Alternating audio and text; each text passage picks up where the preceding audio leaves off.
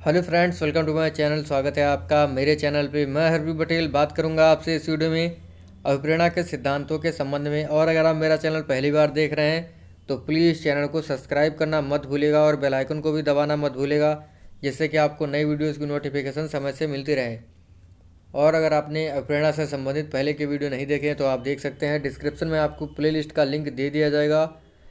और इससे पहले हम लोग अभिप्रेरणा की परिभाषाओं के बारे में चर्चा कर चुके हैं, घटक प्रकार के बारे में चर्चा कर चुके हैं, तो उनको भी देखना मत भूलिएगा। तो पढ़ते हैं हम आज के सिद्धांत।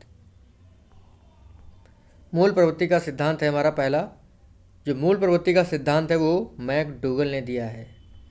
इन्होंने बताया है कि व्यक्ति में जो है 14 मूल प्रवृत्तियाँ होती हैं और 14 संवेग होते हैं। जो 14 संवेग होते हैं उनसे ही मूल प्रवृत्तियों की उत्पत्ति होती है।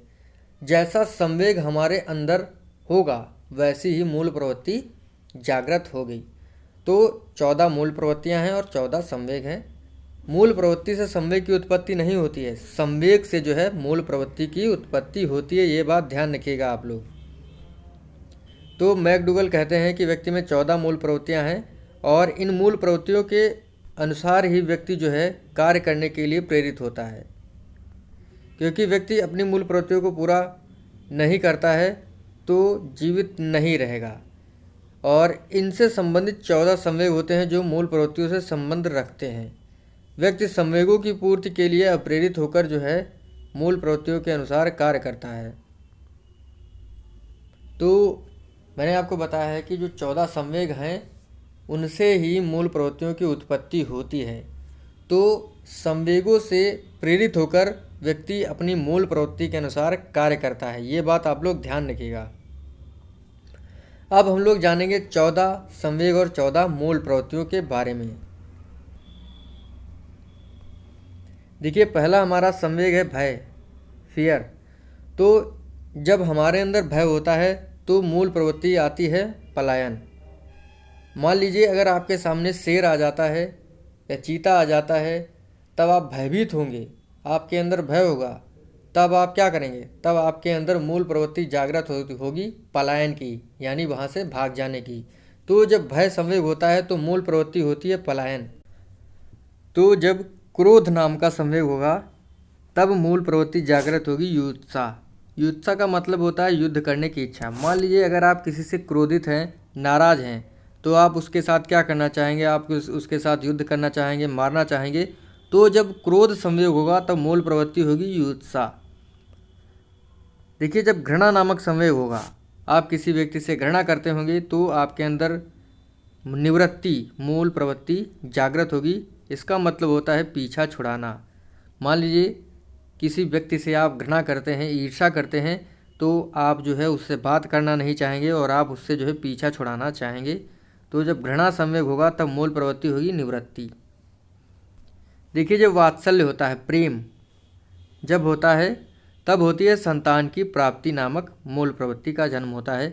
देखिए, जब दुख होता है, कष्ट होता है या करुणा नामक संवेग विद्यमान होता है व्यक्ति के अंदर, तब जो होता है मूल प्रवृत्ति वो होती है शरणागति। दुख होगा, अगर आप दुखी होंगे तो आप किसी के शरण में जाएंगे जिससे कि आपका जो है दुख दूर हो सके, कष्ट दूर हो सके। तो इसी वजह से अगर आपके अंदर दुख या कष्ट या करुणा नाम का संवेग होगा तब मूल प्रवृत्ति जागृत होगी शरणागति।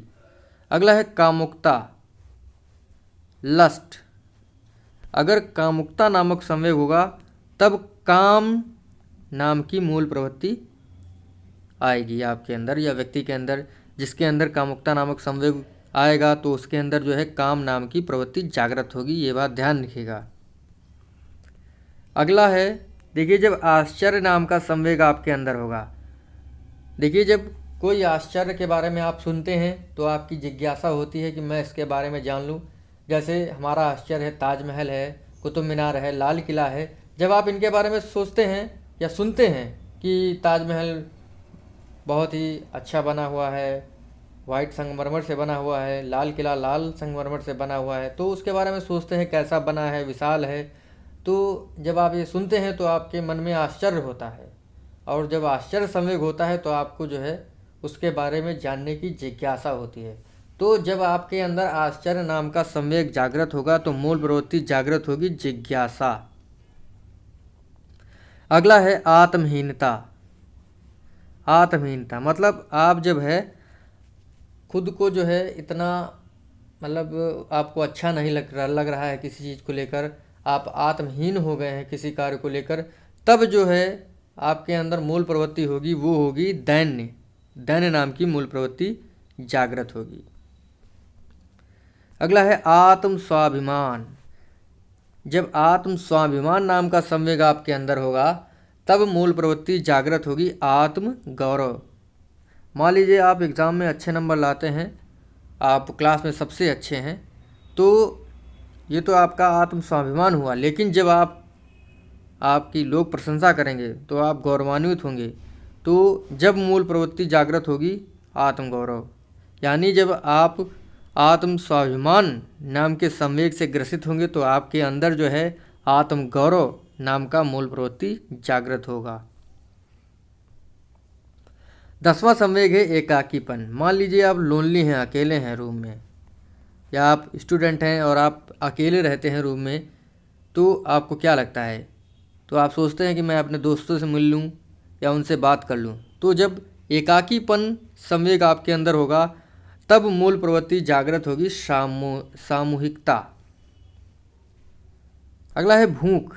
भूख जब संवेग होगा तब मूल प्रवृत्ति भोजन, यानी जब आपको भूख लगेगी तो आप भोजन ढूंढेंगे। तो जब भूख संवेग होगा आपके अंदर तो जो है भोजन नाम की, भोजन तलाश करने की जो है भोजना अन्वेषण मतलब भोजन की खोज तलाश करने की आपके अंदर मूल प्रवृत्ति जागृत होगी। अगला है अधिकार स्वामित्व। मान लीजिए आपको पता चले कि कोई चीज़ मेरी है या मकान मेरा है या गाड़ी मेरी है, तो आप क्या करना चाहेंगे? तो आप उसे संग्रहण करना चाहेंगे। तो जब स्वामित्व या अधिकार नाम का संवेग होगा तब मूल प्रवृत्ति जागृत होगी संग्रहण। अगला है कृतिभाव या सृजनात्मकता। सृजनात्मकता भाव जब या कृतिभाव आपके अंदर उत्पन्न होगा तो मूल प्रवृत्ति जागृत होगी रचनात्मकता। मतलब आप अगर कोई चीज़ बनाएंगे, किसी चीज़ या नई चीज़ बनाएंगे पुरानी चीज़ से, तो जो कृतिभाव संवेग उत्पन्न होगा तो उससे जो मूल प्रवृत्ति जागृत होती है वो होती है रचनात्मकता। अगला है अमोद। अमोद जब संवेग होगा तब जो है आपके अंदर हंसी आएगी। तो ये होते हैं हमारे 14 संवेग और 14 मूल प्रवृत्तियाँ। मतलब मैकडूगल ने बताया है कि व्यक्ति के अंदर जो है 14 संवेग हैं और 14 मूल प्रवृत्तियाँ हैं, और इन्हीं से प्रेरित होकर जो है व्यक्ति कार्य करता है। और मैंने आपको बताया है कि संवेग से जो है किसकी उत्पत्ति होती है? मूल प्रवृत्तियों की, ना कि मूल प्रवृत्ति से संवेग की। तो मूल प्रवृत्तियों का सिद्धांत किसने दिया है? मैकडूगल ने। इन्होंने 14 मूल प्रवृत्तियाँ बताई हैं और 14 संवेग बताए हैं, जिनके बारे में मैंने आपको बता दिया है। अब आगे बढ़ते हैं अगले सिद्धांत की ओर।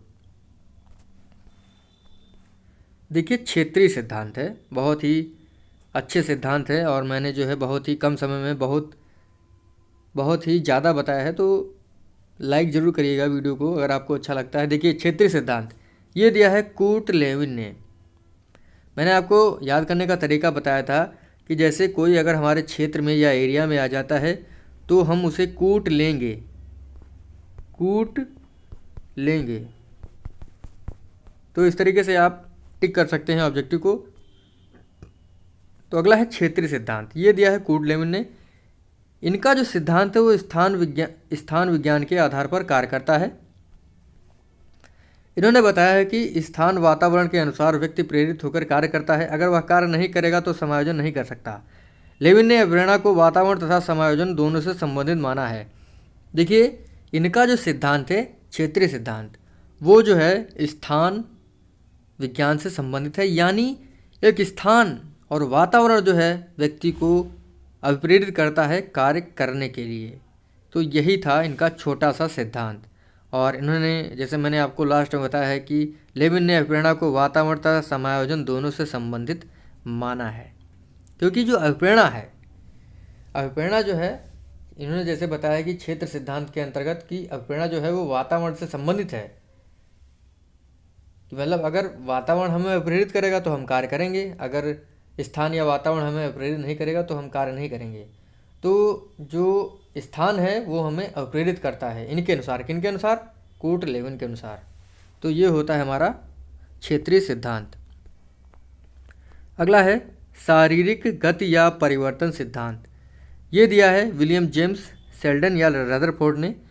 इन्होंने बताया है समय, परिस्थिति और आवश्यकता के अनुसार बालक के शरीर में जो शारीरिक परिवर्तन होते हैं वे परिवर्तन ही बालक को कार्य करने के लिए प्रेरित करते हैं। तो शारीरिक गति सिद्धांत ऐसा सिद्धांत है जो बताता है कि व्यक्ति या बालक के शरीर में जो शारीरिक परिवर्तन होते हैं वही व्यक्ति को कार्य करने के लिए अभिप्रेरित करते हैं।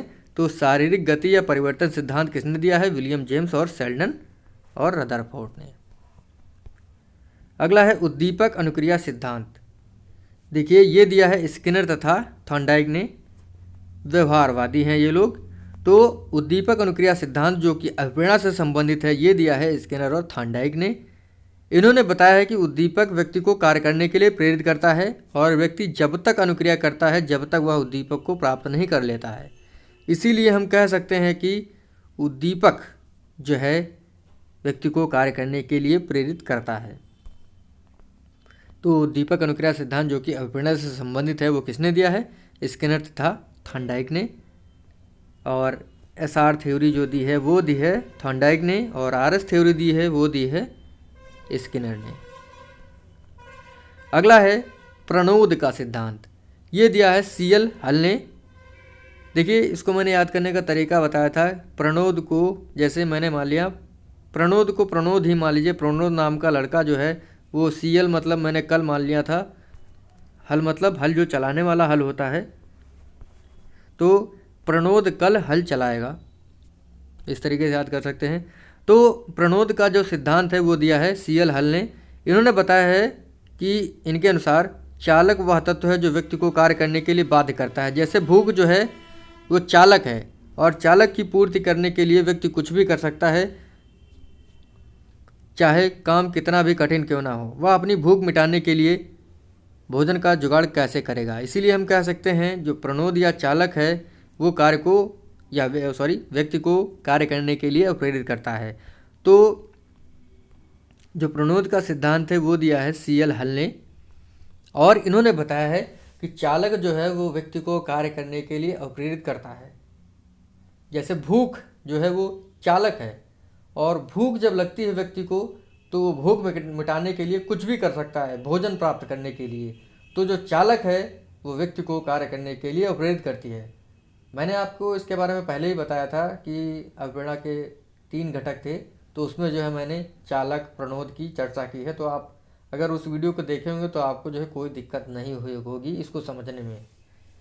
तो जो चालक है वो व्यक्ति को कार्य करने के लिए प्रेरित करता है। ये तो भूख एक चालक है, दूसरा है आपका प्यास। जब आपको प्यास लगेगी, प्यास नाम का चालक आपके अंदर होगा तो आप क्या पानी ढूंढेंगे। तो जो चालक है वो व्यक्ति को कार्य करने के लिए अभिप्रेरित करता है। अगला है उपलब्धि का सिद्धांत। ये दिया है मैकली लैंड ने। इनका मानना है व्यक्ति के द्वारा निर्धारित की गई सामान्य या विशिष्ट उपलब्धियां ही व्यक्ति को कार्य करने के लिए प्रेरित करती हैं। अंततः विशिष्ट उपलब्धियां ही व्यक्ति प्राप्त करना चाहता है। देखिए उपलब्धियां जो हैं वो व्यक्ति को कार्य करने के लिए प्रेरित करती हैं, चाहे सामान्य उपलब्धि हो या विशिष्ट उपलब्धि हो। देखिए अगर हम किसी व्यक्ति को अपने आस पड़ोस में देखते हैं कि मेरा जो चाचा का लड़का है वो डॉक्टर बन गया है या उसने डॉक्टर की उपलब्धि हासिल कर ली है, तो मेरा मन होगा कि मैं भी डॉक्टर बन जाऊं। या इंजीनियर बन गया है मेरे चाचा का लड़का या मेरे मामा का लड़का, तो हम सोचेंगे उसने उपलब्धि प्राप्त कर ली है तो मैं भी उपलब्धि प्राप्त करूंगा। तो जो उपलब्धि है वो व्यक्ति को कार्य करने के लिए प्रेरित करती है। तो और अंततः वो जब देखिए सामान्य उपलब्धि जो नॉर्मल सी होती है वो होती है, लेकिन जब बड़ी चीज़ें मतलब लोगों से हटकर जब वो कार्य करता है तब वो कोई एक उपलब्धि प्राप्त करता है तो वो होती है विशिष्ट उपलब्धि। जैसे मान लीजिए हम अभी नॉर्मल से व्यक्ति हैं यानी स्टूडेंट हैं, तो देखिए हमारे पास कोई भी उपलब्धि नहीं है, लेकिन जब हम इंजीनियर या डॉक्टर बन जाते हैं तो हमारे पास विशिष्ट उपलब्धि हो जाती है।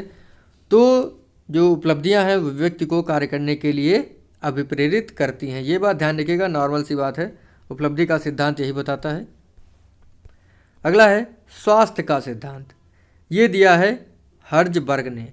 मैंने आपको बताया था अगर स्वास्थ्य अच्छा है तो क्या कोई भी चीज़ खाने में हम लोग हर्ज नहीं करेंगे, कोई भी चीज़ खा सकते हैं बिना हर्ज के।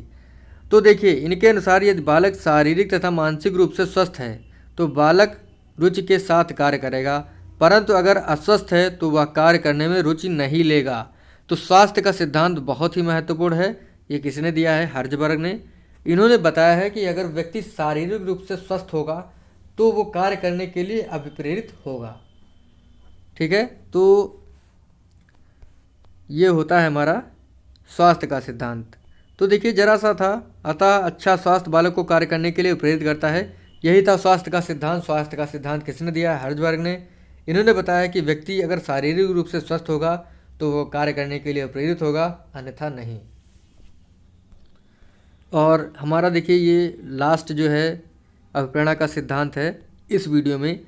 अगला वीडियो जो है उसमें जो है आवश्यकता का सिद्धांत मैं आपको बताऊंगा और उसके साथ साथ जो है आपको सिद्धांत के ऑब्जेक्टिव्स दूंगा, जिससे जो है आपका अभिप्रेरणा का चैप्टर जल्दी से ख़त्म हो जाएगा कल ही। तो जो प्रोत्साहन का सिद्धांत है अभिप्रेरणा का, ये दिया है वुल्फ एवं काफमैन ने। इनके अनुसार जब बालक स्वयं प्रेरित होता है तो वो सकारात्मक प्रोत्साहन होता है। देखिए जब बालक स्वयं से प्रेरित होगा, कोई भी व्यक्ति स्वयं से प्रोत्साहित होगा तब वह कार्य करेगा, ना। और जब वह दूसरों से भी प्रेरित होता है तब वह प्रोत्साहन होता है नकारात्मक प्रोत्साहन। बालक दूसरों द्वारा प्रोत्साहित होकर भी कार्य करता है। देखिए बालक तो स्वयं से भी प्रोत्साहित होकर कार्य करता है और दूसरों से भी प्रोत्साहित होकर कार्य करता है। अर्थात हम कह सकते हैं प्रोत्साहन भी अभिप्रेरणा का कार्य करता है या प्रेरित करने का कार्य करता है। तो प्रोत्साहन जो है अगर बालक स्वयं से प्रेरित स्वयं से प्रोत्साहित होता है तो वो होता है सकारात्मक प्रोत्साहन, और स्वयं से प्रोत्साहित होकर भी व्यक्ति कार्य करता है। और जो नकारात्मक होता है वो दूसरे व्यक्ति, अगर किसी व्यक्ति को, या मान लीजिए अगर हमें कोई दूसरा व्यक्ति प्रेरित करता है, अगर हमें कोई दूसरा व्यक्ति प्रोत्साहित करता है तो वो होता है नकारात्मक प्रोत्साहन, और व्यक्ति प्रोत्साहित होकर कार्य करने के लिए प्रेरित होता है। तो ये होते हैं हमारे कुछ महत्वपूर्ण सिद्धांत। मिलते हैं आपसे अगले वीडियो में। थैंक यू फ्रेंड्स, आपका मेरे चैनल पर आने के लिए बहुत बहुत धन्यवाद। आपका दिन शुभ हो।